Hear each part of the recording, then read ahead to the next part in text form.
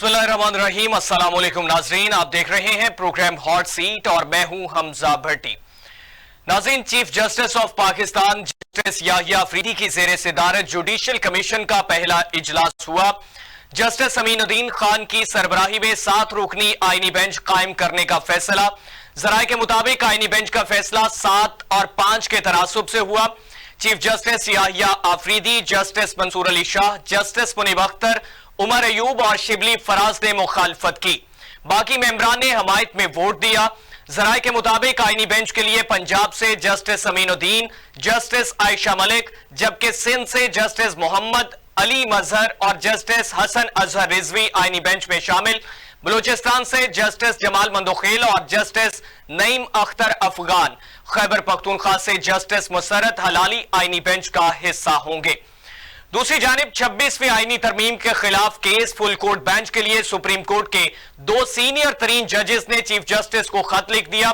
Justice Mansoor Ali Shah और justice Munib Akhtar की जानिब से लिखे गए खत में कहा गया कि कमेटी फैसले के बावजूद कोई काज लिस्ट जारी नहीं की गई। तरमीम के खिलाफ केस 4 नवंबर को फुल कोर्ट सुनेगी। 2 रुकनी जजेस कमेटी का फैसला अब भी बरकरार है। कमेटी इजलास में किए गए फैसले पर अमल दरामद करते हुए काज लिस्ट जारी की जानी चाहिए। इसी हफ्ते 26वीं तरमीम के खिलाफ दरखास्तें फुल कोर्ट के सामने लगाई जाएं। जस्टिस मंसूर और जस्टिस मुनीब अख्तर की अपने खत में 31 नवंबर की मीटिंग मिनट्स रजिस्ट्रार को वेबसाइट पर जारी करने की भी हिदायत दी गई। और इसी के साथ साथ बात करेंगे, हुकूमत की जानिब से जुडिशियल कमीशन में मसावी नुमाइंदगी ना देने पर पीपल्स पार्टी नाला नजर आ रही है। चेयरमैन पीपल्स पार्टी बिलावल भुट्टो ने जुडिशियल कमीशन से अपना नाम वापस ले लिया है। बिलावल भुट्टो ने कहा कि हुकूमत ने जुडिशियल कमीशन कमेटी में मसावी नुमाइंदगी का वादा पूरा नहीं किया। हुकूमत के साथ पीपल्स पार्टी के मुस्तकबिल का फैसला सेंट्रल एग्जीक्यूटिव कमेटी करेगी। बिलावल भुट्टो वतन वापसी पर सेंट्रल एग्जीक्यूटिव कमेटी का इजलास बुलाएंगे, जिसमें अहम फैसले किए जाने का इम्कान जाहिर किया जा रहा है। और इसी वाले से जो कल तरामीम की गई उस हवाले से सेनेटर हामिद खान साहब जो हैं, उन्होंने कहा कि कल की तरामीम जमहूरियत के खतबे में आखिरी कील है। सेनेटर हामिद खान ने कहा कि हम किसी सूरत 26वीं आईनी तरमीम को कबूल नहीं करेंगे। हम हर तरह से कोशिशें करेंगे कि 26वीं आईनी तरमीम को खत्म करें। और इनके साथ साथ सदर Lahore high court bar Asad Mansoor Bhatt ने कहा कि आईनी तरमीम के जरिए शब खून मारने की कोशिश की गई। सादा अक्सरियत से ऐसे कवानीन बनाए जा रहे हैं जिन्हें तरमीम में शामिल नहीं कर सके। हुकूमत को सुप्रीम कोर्ट में पसंदीदा जज जो है वो नहीं मिल रहे, इसीलिए तरमीम के जरिए नए जजेस लाए जा रहे हैं। और इस पे जो है फवाद चौधरी साहब ने कहा कि हुकूमत चाहती है जजेस पहले हुक्म लिखा करें, फिर अटॉर्नी जनरल या वजीर कानून से चेक करवाया करें। साबिक वफाकी वजीर फवाद चौधरी कहते हैं कि प्रैक्टिस एंड प्रोसीजर में एक्ट में तरमीम का मकसद जो है वो इदारे की वुकत को कम करना है। हुकूमत सुप्रीम कोर्ट को बतौर अदारा तबाह करना चाहती है। सूबों की PIA खरीदने की बात करना गैर संजीदगी है। और इसके साथ साथ IMF के हवाले से उन्होंने बात की कि IMF की शर्त है कि खसारे में रहने वाले इदारे हुकूमत नहीं चलाएगी। और इसी हवाले से ख्वाजा आसिफ साहब जो हैं, उन्होंने इंटरनेशनल मीडिया में गुफ्तगू की। उन्होंने कहा कि आर्मी चीफ की मुद्दत मुलाजमत का तयन करके एक्सटेंशन का रास्ता बंद किया गया। पाकिस्तान के army chief general Syed Asim Munir नवंबर 2027 तक ओहदे पर मौजूद रहेंगे। वजीर दिफा ख्वाजा मोहम्मद आसिफ ने गैर मुल्की मीडिया को इंटरव्यू दिया और कहा कि दीगर आईनी इदारों के सरबराहान की मुद्दत भी 5 साल है। आर्मी चीफ की रिटायरमेंट वाली कयास सराइयां खत्म हो जाएंगी। ओहदे की मुद्दत तैनाती की तारीख से होगी। पाक फिजाइया और बहरिया के सरबराह 5 साल की मुद्दत मुकम्मल करेंगे। PTI ने अपने दौरे हुकूमत में आर्मी चीफ को तौसीह दी। हुकूमत आर्मी एक्ट तरामीम पर ऐवान में बहस करना चाहती थी। हिज़्ब इख्तिलाफ को दावत भी दी, लेकिन PTI ने दिलचस्पी जाहिर नहीं की। इन तमाम तर तफसीलात पे बात करेंगे। हमारे साथ पाकिस्तान तहरीक इंसाफ से फिरदौस शमीम नकवी साहब मौजूद हैं। फिरदौस शमीम नकवी साहब, बहुत शुक्रिया, आपने कीमती वक्त दिया। और हमारे साथ सफीना खान साहबा सीनियर तज्जियाकार मौजूद हैं। सफीना साहबा, बहुत शुक्रिया, आपने कीमती वक्त दिया। फिरदौस साहब, आपसे आगाज करना चाहूंगा, किस तरह से देखते हैं chief justice of Pakistan justice Yahya Afridi की जेर सदारत जुडिशियल कमीशन का इजलास हुआ, आईनी बेंच जो है वो कायम हो चुका और इसमें जस्टिस अमीनुद्दीन खान सरबराही करेंगे? मैं समझता हूँ कि आज जो इजलास हुआ है उससे चीफ जस्टिस साहब की पावर कटेर हो, कॉन्स्टिट्यूशनल बेंच तो मैं समझता हूँ ज्यादा इम्पोर्टेंट बेंच है कॉन्स्टिट्यूशनल केसेस के हवाले से। तो अब जस्टिस अलीउद्दीन के पास चला गया और चीफ जस्टिस नहीं है। प्लस अगर चीफ जस्टिस साहब की ख्याल था तो हमें ये था कि वो मंसूर अली शाह को चाह रहे थे तो वो बने कॉन्स्टिट्यूशनल बेंच के हेड, वो भी नहीं हुआ। एनीवे ये सूरत हाल अच्छी नहीं है और खास तौर पे जो कल की कानून साजी हुई उसके बाद से सुप्रीम कोर्ट ऑफ पाकिस्तान जो है पाकिस्तान पंजाब पुलिस के बराबर कर दिया गया और इन दोनों में कोई खास फर्क रहेगा। तो ये सारे 17 जजेस अब अपॉइंट होंगे उस पार्लिमानी कमेटी में जिसमें हुकूमत की मेजॉरिटी, तो इंडिपेंडेंस और आपके अब वो इंडिपेंडेंस ऑफ जुडिशरी नहीं। आपके यहाँ पीछे से आवाजें बहुत आ रही है जिस तरह से बोलने में आवाजें कोई काम हो रहे। सफीना साहब सफीना साहबा जरा म्यूट कर दीजिए, आपकी साइड से शमीम साहब कह रहे हैं शौक फर्क है। जी शमीम साहब। जी तो मैं ये कह रहा था कि 17 जजेस, जबकि आज से 2 माह पहले काजी फायद ईसा साहब ने जो रिटायर्ड जजेस अपॉइंट किए तो कहते कि हमें पॉलिटिकल जजेस के सुप्रीम कोर्ट के लिए चाहिए। अब पता नहीं महीने में कौन सी अकेडमी के लोग पारित हुए और जो मामला है निचले सिविल कोर्ट है और हाई कोर्ट अभी तो जो रिफॉर्म कर रहे हैं वो समझ नहीं आ रहा। तो इन्हीं ने आर्मी चीफ की मुद्दत की आवाजें आर्मी की आपने उन्हीं ने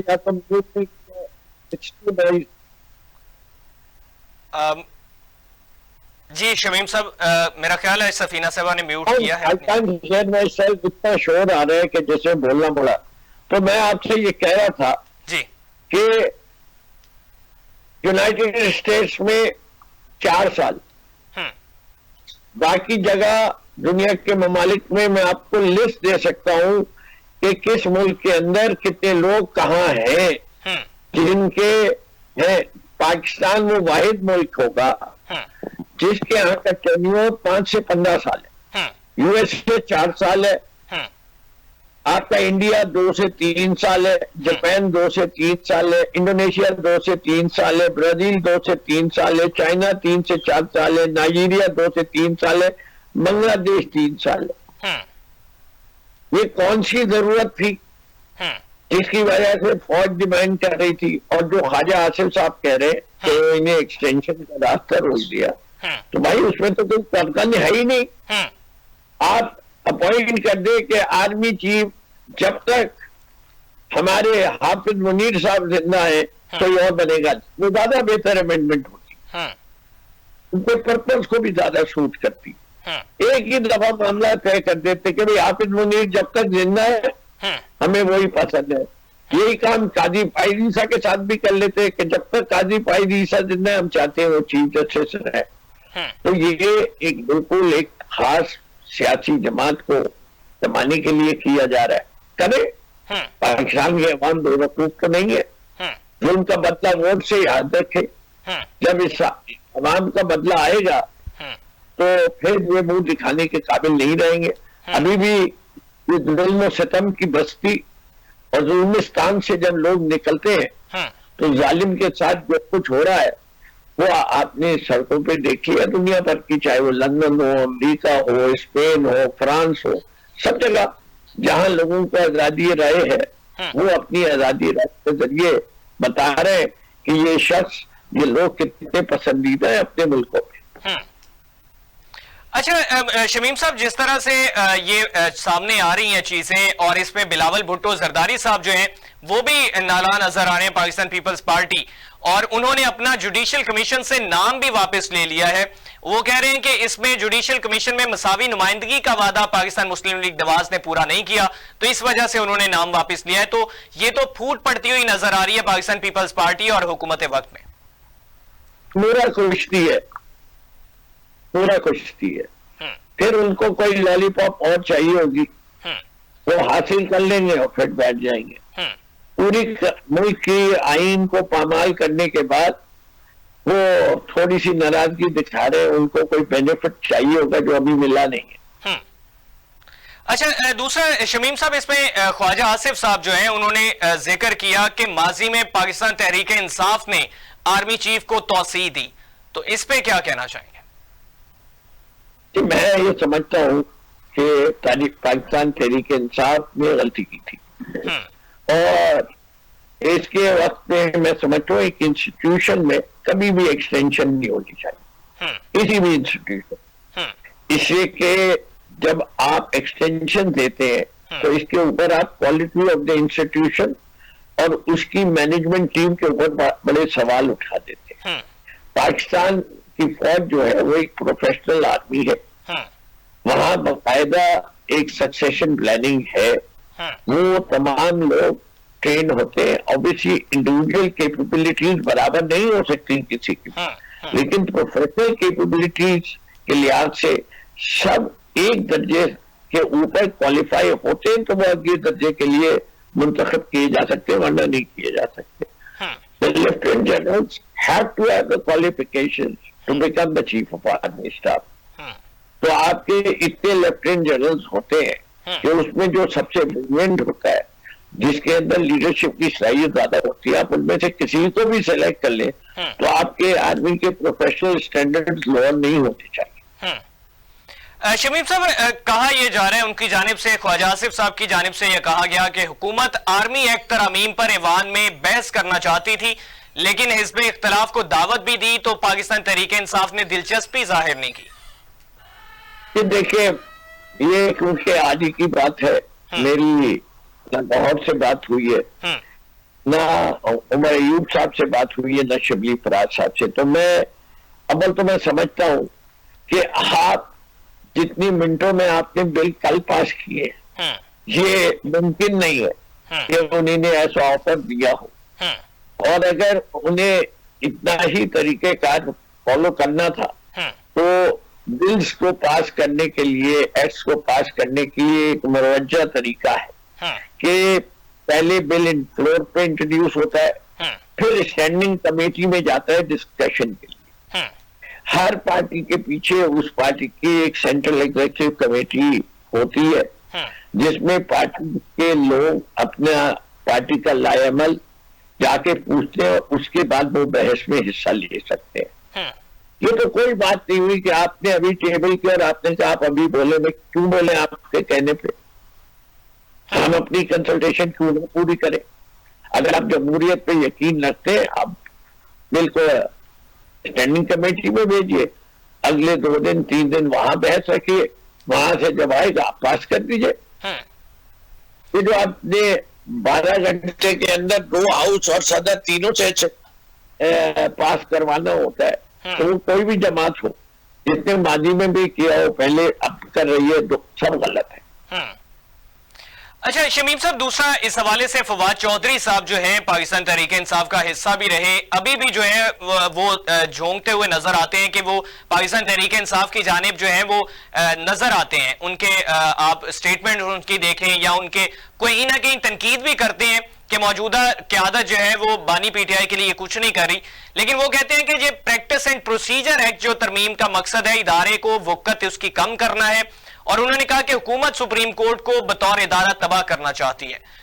इस पे क्या कहना चाहेंगे? मेरे ख्याल से देखिए, मैंने आपसे जब इस प्रोग्राम के आगाज में सबसे पहले क्या कहा कि जुडिशरी पाकिस्तान की तबाह कर दी गई है, करना नहीं चाहती, कर दी गई है।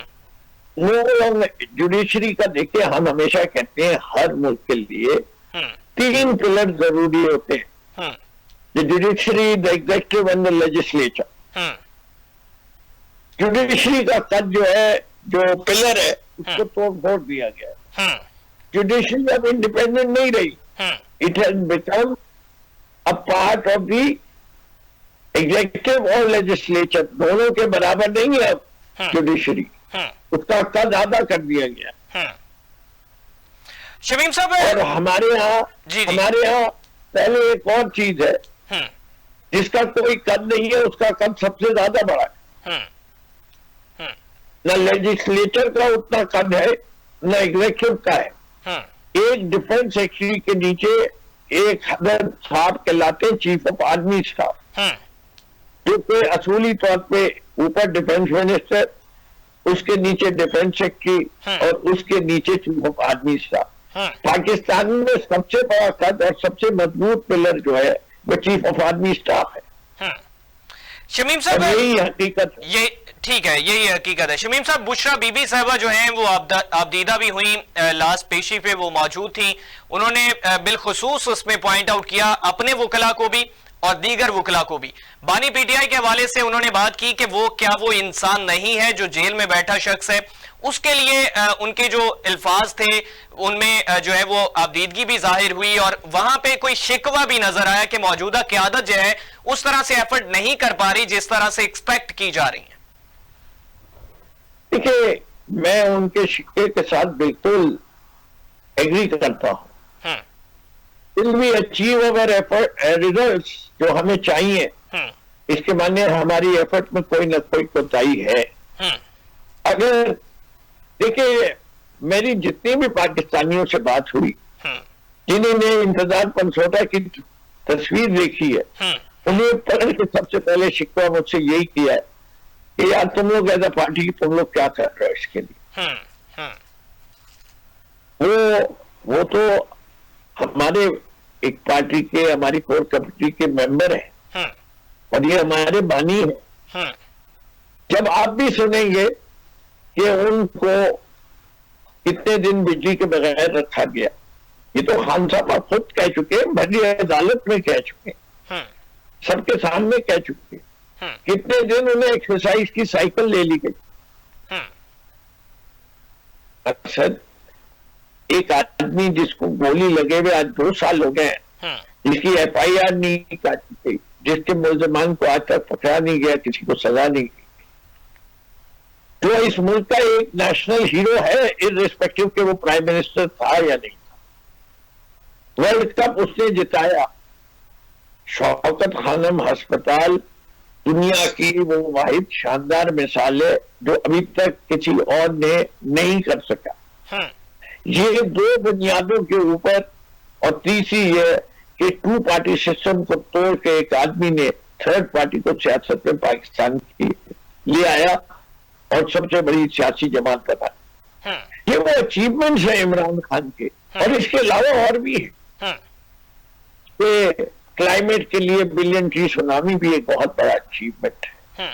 ये 3rd वर्ल्ड में हेल्थ कार्ड और हेल्थ इंश्योरेंस, वो भी एक बहुत बड़ा अचीवमेंट है। कोविड के अंदर सारी दुनिया में 2nd और 3rd पोजीशन पे आना, वो भी बड़ी अचीवमेंट है। वो नेशनल हीरो के साथ अगर आप इस किस्म का सलूक करेंगे, और मादी में आप मीडिया वालों से मैं कहता हूं कि जाइए, मैंने तो देखा है, जरा आप कराची के जेल में जरदारी और जाके देख के आइए कि वो उसके अंदर क्या क्या सहूलियात है। तो वक्त में जिस जगह पे नवाज शरीफ साहब को, मरियम को और अलीम खान को रखा गया है, वो भी देख लीजिए और फिर मुआवजा कर लीजिए। इमरान खान अपनी जगह, उन्होंने एक कह लिया कि मैं झुकूंगा नहीं, मैं डील नहीं करूंगा, मैं कौम के साथ खड़ा हूं। शमीम साहब, क्या समझते हैं पाकिस्तान तहरीक इंसाफ का अगला लाहेमल क्या होगा? जलसा जो है वो पहले पेशावर में करने का ऐलान किया गया, फिर उसकी तारीख जो है वो 8 से 9 कर दी गई, अब जो हुकूमती अरकान है उनकी जानिब से ये कहा जा रहा है कि वो जो सदारती इंतखाबात हैं अमेरिका से उनसे मुंसलिक करने की कोशिश कर रही है पाकिस्तान तहरीक इंसाफ, ताकि 9 तक रिजल्ट्स आ जाएंगे और ट्रंप जो है सदर अगर बनते हैं तो उनसे उम्मीदें वाबस्ता है पाकिस्तान तहरीक इंसाफ की। देखिए, अमेरिका में इलेक्शन किस दिन है? उनकी वोटिंग का सिलसिला जारी है, आज भी उसमें वोटिंग जो है वो चल रही है। अच्छा, ये खत्म कब हो रही है वोटिंग? ये मुंसलिक किया जा रहा है, मुंसलिक पाकिस्तान तहरीक इंसाफ से किया जा रहा है कि उम्मीद। वोटिंग खत्म कब हो रही है? वोटिंग जो है उसका मरहला आज मुकम्मल हो जाएगा वहां। वोटिंग पिछले एक हफ्ते से शुरू हुई भी है, एडवांस वोट, और आज खत्म हो जाएगा। जिस वक्त वोटिंग खत्म होगी उसके अंदर विद इन 2 आवर्स 96% एक्यूरेसी के साथ रिजल्ट हो जाएगा कि कौन जीत। नहीं, 96%, इससे कि वो स्टैटिस्टिकल बेसिस के ऊपर कर देते हैं। वहां इशू एक है, वहां पॉपुलर वोट से नहीं होता, वहां इलेक्टोरल कॉलेज के जरिए होता है। तो कई दफा इलेक्टोरल कॉलेज में अगर रेस, जैसे कि ये रेस चल रही है, it becomes too close to be called, तो उसकी वजह से कई स्टेट्स के अंदर रिकाउंटिंग हो जाती है। तो हतमी नतीजा नहीं आएगा, लेकिन 95%, 95-96% श्योरिटी के साथ रिजल्ट जो है वो पाकिस्तान के वक्त के लिहाज से कल सुबह 10-11 बजे तक आ जाएगा। तो इसका क्या ताल्लुक हमारे जलसों से? तो मैं तो इसको डिनाई करता हूं। दूसरी चीज, हर मुल्क की अपनी जो फॉरेन पॉलिसी है वो नेशनल इंटरेस्ट में होती है। पाकिस्तान का जो जियोग्राफिकल पोजीशनिंग है उसके अंदर it is not a domestic issue जिसपे एक पार्टी और दूसरी पार्टी का मौकफ में जमीन आसमान का फर्क हो। ये चाहे कोई भी हुकूमत आए, 19-20 का तो फर्क हो सकता है, इससे ज्यादा फर्क नहीं होता पॉलिसीज में। शमीम साहब, क्या अब इसमें पाकिस्तान तहरीक इंसाफ की अगली क्या पॉलिसी इसमें सामने आ रही है? अलीमीन गन्नापुर साहब कह रहे हैं कि हम सर पे कफन बांध के निकलेंगे, अब पूरे मुल्क को बंद करेंगे और तमाम तर चीजें जो हैं वो माननी पड़ेंगी और अब इस हुकूमत को गिराने की कोशिश की जाएगी। देखिए, मैं ये समझता हूं कि आप अली अमीन गन्नापुर साहब जो कह रहे हैं वो अपनी जगह कह रहे हो। मैं मुल्क के हालात तो देखें। इस मुल्क में एक मैंडेट मिला, एक पार्टी को मिला। माजी में जब इस किस्म का मैंडेट मिला और नहीं दिया गया तो क्या हुआ? शेख मुजीबुर रहमान साहब ने ईस्ट पाकिस्तान में 2 सीटों के अलावा सारी सीटें जीती थी। जो 2 सीटें नहीं जीती थी वो नूरुल अमीन साहब की और राजा त्रेजिब रॉय की दी। यही है ना तारीखी हकीकत। जी जी। उनकी ओवरऑल असेंबली के लिहाज से उनकी मेजॉरिटी तकरीबन 60% थी और 40% सीटें जो थी वो बाकी जमातों की थी, जिसमें जुल्फिकार अली भुट्टो साहब की जो थी वो तकरीबन जो है 28% सीटें थी असेंबली की, बाकी दूसरी जमातों की थी। मुजीबुर रहमान साहब को पाकिस्तान का वजीर आजम नहीं बनने दिया। कि कौन कौन उसका जिम्मेदार है? प्राइमरीली याहिया खान, जनरल याहिया खान जिम्मेदार है और उनके साथ hand in glove Zulfikar Ali Bhutto थे। पाकिस्तान 2 लाख हो गया। आज हमें पाकिस्तान तहरीक इंसाफ को 8 फरवरी को एक मैंडेट मिला जो डिनाई कर दिया और इसी पार्टी को एक सूबे में 90% मैंडेट मिला केपी में। पाकिस्तान के हर सूबे का सबसे ज्यादा पॉपुलर लीडर इमरान खान, किसी भी सर्वे में देख ले, इलेक्शन से पहले देख ले, अब देख ले, आप अगर गैर कानूनी गैर आईनी तरीके से रास्ता रोकेंगे तो उससे लोगों में फ्रस्ट्रेशन बढ़ेगी। लॉ एंड ऑर्डर सिचुएशन की हालत ये है, जब आप कहते हैं ना जेरीमैंडरिंग के साथ हुकूमतें लाते हैं, वैसे आप बलूचिस्तान में लाते रहे हैं तो बलूचिस्तान के मसाइल को भी हल हो रहा है। वहां की लॉ एंड ऑर्डर सिचुएशन तो नहीं इंप्रूव हो रही। इसी तरीके से इस वक्त केपी में फ्रस्ट्रेशन बहुत बढ़ गई है, चाहे वो पश्तून तहफ़्फ़ुज़ मूवमेंट के सिलसिले में आए, तहरीक तालिबान पाकिस्तान के उसमें आए, और अगर आपने पाकिस्तान तहरीक इंसाफ को भी उसी सब में धकेल दिया तो आप तो इस बात की फिक्र नहीं कि पाकिस्तान टूट जाएगा। ये जितने डिसीजन मेकर्स हैं, हाफिज मुनीर साहब को कोई बख्शेगा नहीं फिर। याहिया खान को बख्शा है पाकिस्तानियों ने, न हाफिज मुनीर साहब बख्शे जाएंगे, फैसले वो कर सकते हैं सारे। और शहबाज और जरदारी का तो जिक्र ही करना नहीं दे, ये तो पॉपेट्स ऑन अ चेन है। इनको तो ये भी नहीं पता था कि आईनी तंजीम में आ क्या रहा है, इनके वजीर को नहीं पता था। तो ये कसूरवार नहीं होंगे, है जी, ये कसूरवार नहीं होंगे। मैं यह तब कह रहा हूं, गुलाम और आजाद लोगों में फर्क होता है। गुलाम की सजा आधी होती है आजाद के शख्स के मुकाबले में, तो इनकी सजा आधी हो जाएगी। शमीम साहब, वजीर आजम शहबाज शरीफ साहब कहते हैं कि विफाकी काबीना के इजलास में उन्होंने गुफ्तगू की, उन्होंने कहा कि मरकजी बैंक ने गुज़िश्ता चंद माह में पॉलिसी रेट में बतदरीज कमी देखी है। पॉलिसी रेट 22% से कम होकर 15 पे आ गया है। तो वो कहते हैं कि पॉलिसी रेट का 15% पे आना खुशाइंद है। ऐसे ही बेहतरी आती रही तो मईशत अच्छे तरीके से आगे बढ़ती रहेगी और माशी इशारिये मस्बत सम की जानिब गामजन रहेंगे। देखिए, मैं उनकी इस बात से डिसएग्री नहीं करूंगा, लेकिन सिर्फ एक कोई देखा जाता है इंडिकेटर। IMF की शराइत में से एक शराइत थी कि तमाम प्रोविंसेस को सरप्लस दिखाना है।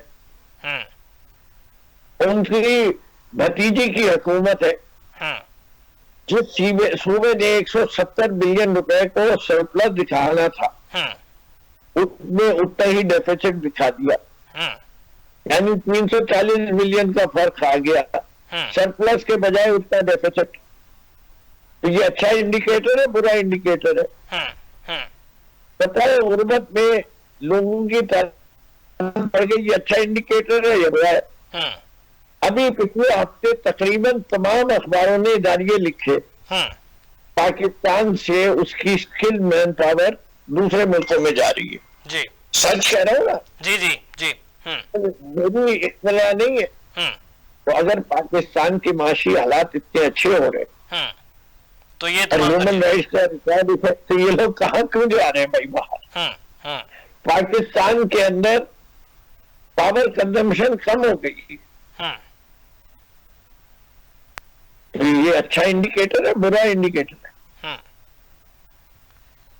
शमीम साहब, ये स्टैग्नेशन की तरफ जा रहे हैं, ये आपका इन्फ्लेशन कम होगी, अच्छी बात है, उसकी वजह से इंटरेस्ट रेट कम होगा, वो भी अच्छी बात है। लेकिन मईशत को कभी भी एक आध पराये में नहीं देखना चाहिए। जो आप एक common set of measurements agree कर ले, ज्यादातर मुल्कों ने जो है वो जीडीपी ग्रोथ रेट को रखा हुआ है, करंट अकाउंट डेफिसिट को देखा हुआ है, एक्सपोर्ट्स को देखा हुआ है कि जैसे जैसे एक्सपोर्ट्स बढ़ती जाएंगी और इंपोर्ट्स कम होती जाएंगी, उसके लिहाज से these are better indicators to judge the progress of a country.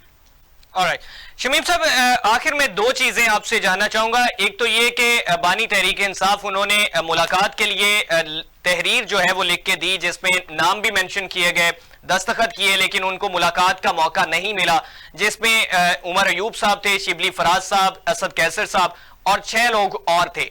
दूसरी जानिब आजिम सवाती साहब वो रिहा हुए हैं, रिहाई के बाद दोबारा से गिरफ्तार कर लिया गया।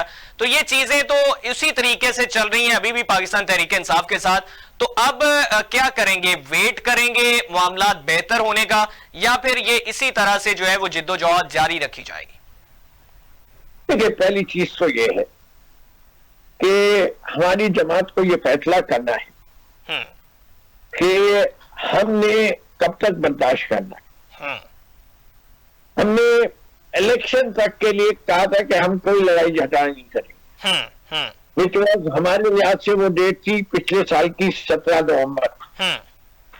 लेकिन जो कुछ इन लोगों ने किया, सेंसस बीच में ले आए और वो डेट बढ़ा के 8 फरवरी की, हमने फैसला किया कि 8 फरवरी को तक इंतजार करो और नारा दिया जुल्म का बदला वोट से। ठीक है, अवाम निकली और वोट दिया और आ गए। उसके बाद जो कुछ 9 फरवरी को हुआ, वी मिस्ड एन अपॉर्चुनिटी। हमें उस दिन सारी कौम को बाहर निकलने की कॉल देनी चाहिए थी, और इसमें हमारी लीडरशिप, जिसमें मैं भी शामिल हूँ, I have to take the blame. ठीक है जी। अब 9 फरवरी के बाद क्या हुआ? 9 फरवरी के बाद हमने फैसला किया कि हम ट्राइब्यूनल्स का इंतजार करेंगे। इससे क्या, हमने फॉर्म 45 जमा किए, जमा करके हमने डाल दिए जी। अच्छा, ट्राइब्यूनल्स बनने भी दिए, अभी भी नहीं बने, और जो कुछ इलेक्शन एक्ट है उसको उन्हीं ने रोक दिया। पहले इलेक्शन रिजल्ट को रोंदा, उससे पहले आइन को 3 दफा रोंदा, और अब जो ऐसे हाउस ने आईनी तरमीम पास कर दी जिसके पास मैंडेट ही नहीं था, और उसके बाद ऐसी कानून लेके आए। रिजर्व सीट का फैसला पीटीआई के हक में हुआ।